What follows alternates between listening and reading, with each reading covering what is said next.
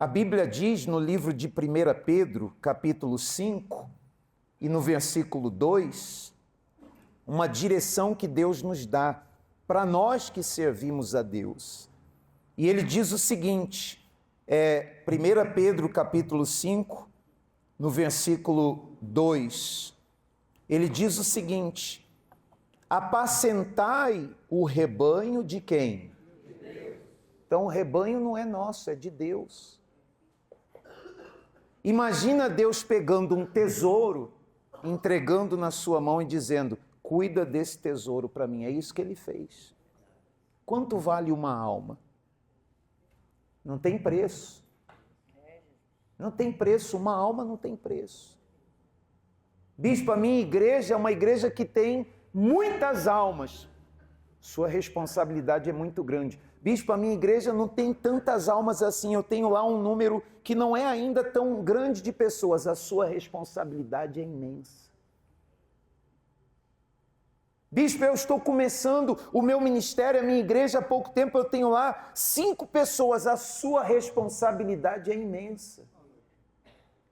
Ainda que fosse uma só alma, a sua responsabilidade é imensa. Porque uma alma não tem preço. E essa alma pertence ao rebanho de quem? De Deus, não é meu, nem seu. Por isso que não pode haver divisão entre a gente, não é a minha igreja, a sua igreja, a igreja é dele. As almas são dele. Cada alma, cada pessoa que entra na igreja pertence a ele, não a mim.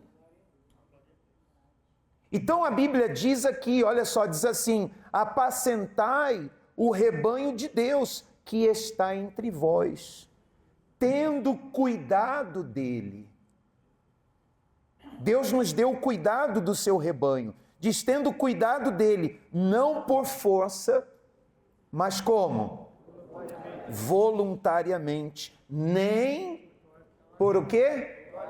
Torpe ganância. Não é para nosso benefício, não é para o nosso próprio interesse, para a nossa própria vontade.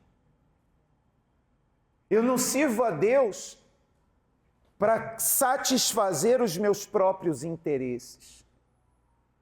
Quando eu sirvo a Deus, quando eu ouço o chamado, porque nós fomos chamados, o senhor, a senhora, cada um de nós fomos chamados. Quando eu ouço esse chamado, é para que a vontade de Deus seja feita. Acima de tudo. Para que ele, o reino dele cresça. Para que a palavra dele se espalhe, para que o perfume dele se espalhe. Nós temos a responsabilidade de levarmos a fragrância do perfume de Cristo a todos os lugares. Então, eu gostaria de listar aqui 7 responsabilidades que um pastor tem. A primeira que eu gostaria de falar é a responsabilidade de pregar e ensinar a palavra de quem? Não a minha, não o que eu penso, não o que eu acho. A minha responsabilidade é pregar fielmente a palavra de Deus. É de levar aquilo que está escrito da maneira que Deus quer que seja levado. Eu não tiro, eu não acrescento, eu não troco, eu não mudo, porque está escrito: se alguém tirar uma vírgula, vai sofrer consequências, sim ou não?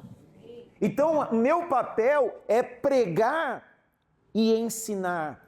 Pregar e ensinar. Não é só pregar, não, é ensinar. Pregar e ensinar a palavra de Deus com fidelidade. Dependendo da minha pregação, do meu trabalho, vão nascer homens e mulheres de Deus ou não.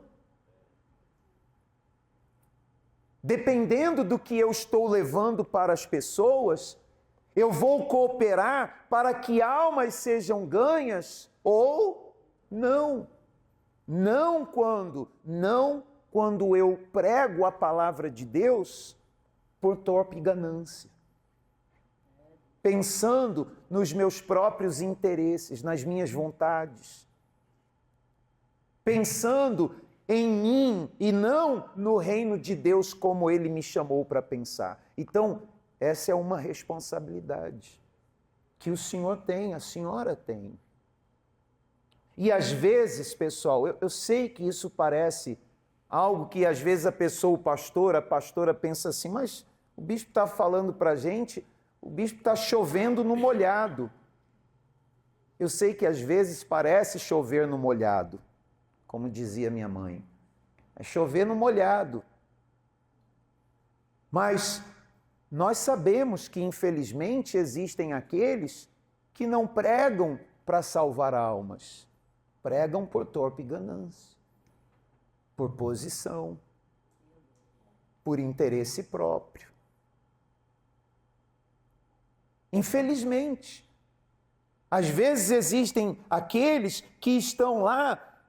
Eu soube, por exemplo, nós conversávamos com uma esposa de um pastor, ela trabalha ali, faz alguns trabalhos para a igreja, e o marido dela é um pastor que tem uma igreja. E essa senhora disse, o meu marido me bate e vai para a igreja e prega como se nada tivesse acontecido. Então, gente, quando nós falamos da importância de estar bem com Deus, é porque, infelizmente, existem aqueles que passaram por lutas, passaram por um problema, de repente o problema fez com que a pessoa tirasse os olhos do reino e se perdesse. E o que tem que fazer agora? Tem que voltar, tem que se consertar. Tem que voltar ao caminho, sim ou não? Tem que se consertar para quê? Para que seja um servo útil para Deus, que pregue e ensine a palavra de Deus com fidelidade. Então, o que nós estamos tratando aqui é importante. Às vezes tem pessoas que estão entre nós e elas sorriem, elas conversam, mas só Deus sabe o que elas estão passando. Às vezes deprimida, passando por uma luta. Às vezes até como o pastor Samuel esteve pensando que, poxa, não vale mais a pena. Mas vale a pena sim. Está aqui ele hoje, valendo a pena. Amém? Está valendo a pena, está servindo a Deus, está salvando almas, está trabalhando com toda a força pelo reino de Deus. Então, quando um pastor passa por um problema, ele não tem que olhar para trás, ele tem que se consertar e seguir adiante.